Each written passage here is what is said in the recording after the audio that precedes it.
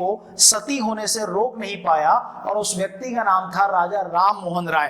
तो भारत में जब हम पढ़ेंगे भारत में पुनर्जागरण, भारत में पुनर्जागरण, तो पुनर्जागरण के प्रणेता के तौर में या भारत में सामाजिक धार्मिक सुधार में जो पहला नाम हम पढ़ेंगे वो हम पढ़ेंगे राजा राम मोहन राय का। तो राजा राम मोहन राय की स्टोरी ऐसी है कि राजा राम मोहन राय एक पढ़े लिखे व्यक्ति थे, वैसे विचारों से ओपन थे।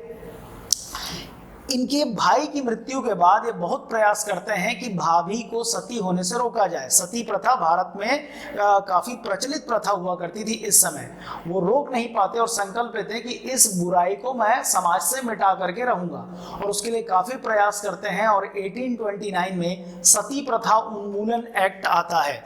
तो 1829 का, हालांकि उस समय तक इनकी मृत्यु हो चुकी थी, 1829 का सती प्रथा उन्मूलन एक्ट किसके प्रयासों से आया था? तो आप बताएंगे राजा राम मोहन राय के प्रयासों से। इसके अलावा इन्होंने एकेश्वरवाद को प्रमोट किया, एकेश्वरवाद, मूर्ति पूजा का खंडन किया।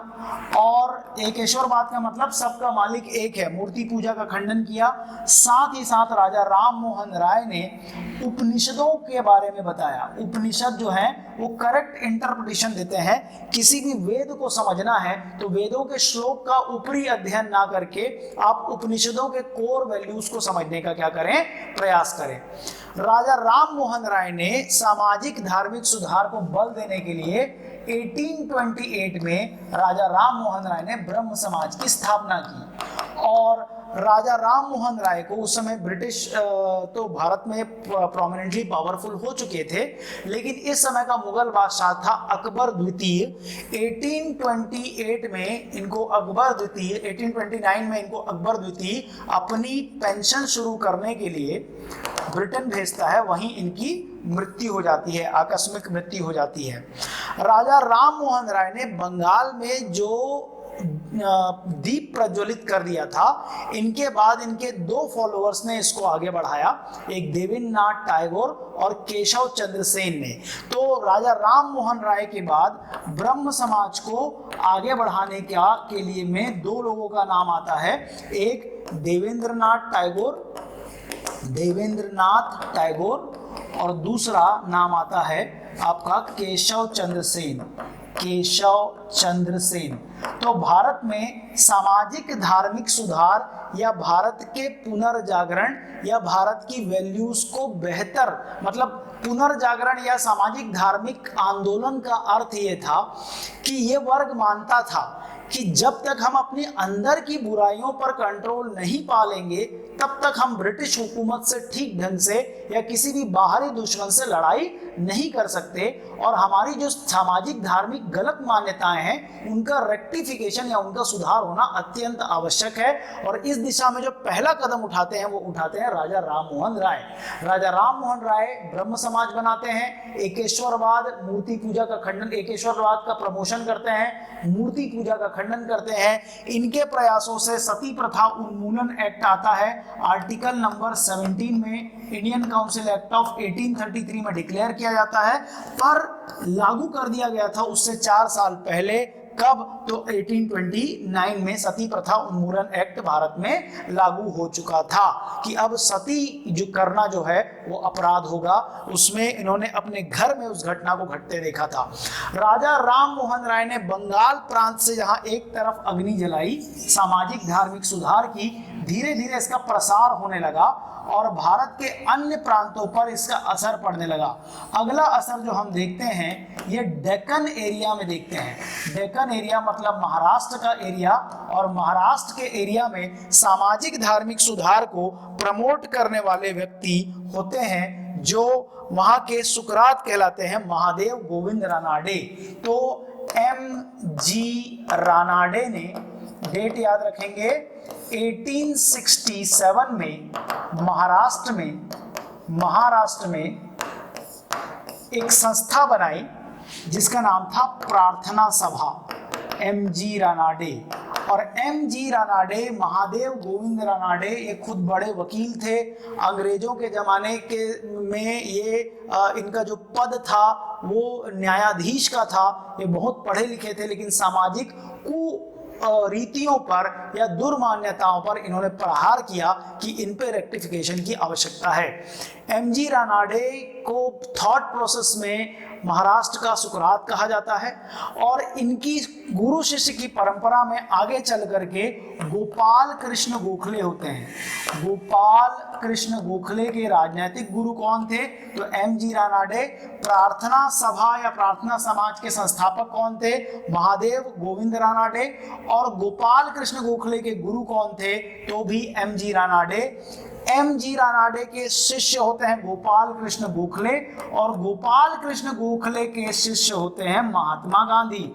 तो महात्मा गांधी का राजनीतिक गुरु कौन था? तो आप आंसर देना गोपाल कृष्ण गोखले। और महाराष्ट्र में एमजी रानाडे ने किस संस्था की स्थापना की थी? प्रार्थना सभा।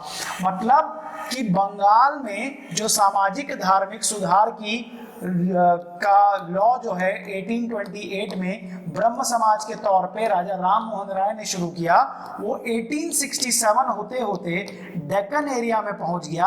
और डेक्कन एरिया में जिस व्यक्ति ने इसे प्रमोट किया उनका नाम था महादेव गोविंद रानाडे और संस्था का नाम था आपका प्रार्थना सभा। ईयर है 1867 का। 1875 में 1875 में 1875 में दयानंद सरस्वती 1875 दयानंद सरस्वती ने एक संस्था बनाई जिसे आर्य समाज कहा गया। आर्य समाज के उद्देश्य भी वही थे, आडंबरों को समाप्त करना, दिखावों को समाप्त करना, मूर्ति पूजा का ये विरोध करते थे। और उपनिषदों के अध्ययन पर इनका भी बल था कि वेदों के कोर या मीनिंग को समझना है। तो टंकारा में जन्म हुआ था इनका, दयानंद सरस्वती। तो इनका जन्म हुआ था गुजरात के टंकारा में। बचपन का नाम था मूला शंकर। और आर्य समाज से 1875 से इन्होंने भारत में सामाजिक धार्मिक सुधार की शुरुआत की। दयानंद सरस्वती ने भारत के समाज को बहुत कुछ दिया। दयानंद सरस्वती ने भारत के समाज में जो कंट्रीब्यूशन दिए उसके अंतर्गत भारत में आर्यों के आगमन की थ्योरी दी कि आर्यों का आगमन भारत में किस तरीके से हुआ। उसमें एक थ्योरी जो है वो हम दयानंद सरस्वती की समझते हैं। दूसरा, इन्होंने कहा वेदों की ओर लौट चलो, वेदों की ओर लौट चलो। ये स्टेटमेंट किसका है? दयानंद सरस्वती का है। कंटेक्स्ट क्या है? ऐसा नहीं कि केवल वेद को पढ़ने के लिए प्रमोट किया, बल्कि इनका कहना था कि जो मिस इंटरप्रिटेशंस हैं उन मिस इंटरप्रिटेशन को काउंटर करने के लिए आपको वेदों को समझना होगा और उसके लिए वेदों की तरफ लौटना होगा। इन्होंने स्टेटमेंट दिया भारत भारतीयों का है, भारत भारतीयों का है, भारतीयों का है। तो इन्होंने नहीं कहा कि भारत हिंदुओं का है या भारत मुस्लिमों का है, बल्कि इन्होंने कहा कि भारत किसका है? भारतीयों का है। 1875 आर्य समाज जो है इसका 2 हेडक्वार्टर था, एक बॉम्बे में इसकी स्थापना होती है 1875 में, और हेडक्वार्टर था इसका लाहौर। ये पूछता है एग्जाम में कि इसका हेडक्वार्टर कहाँ है, तो आप आंसर देना लाहौर में। दयानंद सरस्वती ने जहां वेदों की ओर लौट चलो कहा भारत भारतीयों का है। भारत के समाज में ऐसा कहा जाता है कि इंडियन सोसाइटी के अंतर्गत दयानंद सरस्वती का वैचारिक स्तर पे बहुत बड़ा योगदान है कि समाज में बहुत सारे बदलाव उन्होंने अपने समय पे लेकर के आए। अन्य सामाजिक धार्मिक सुधारों में हम जो अगला सुधार देखते हैं वो 1893 में स्वामी विवेकानंद को देखते हैं। विवेकानंद, जिनका बचपन का नाम था नरेंद्र, और खेतड़ी के महाराजा ने, ये सब पूछता है एग्जाम में, खेतड़ी के महाराज ने इनका नामकरण किया और नाम क्या रखा?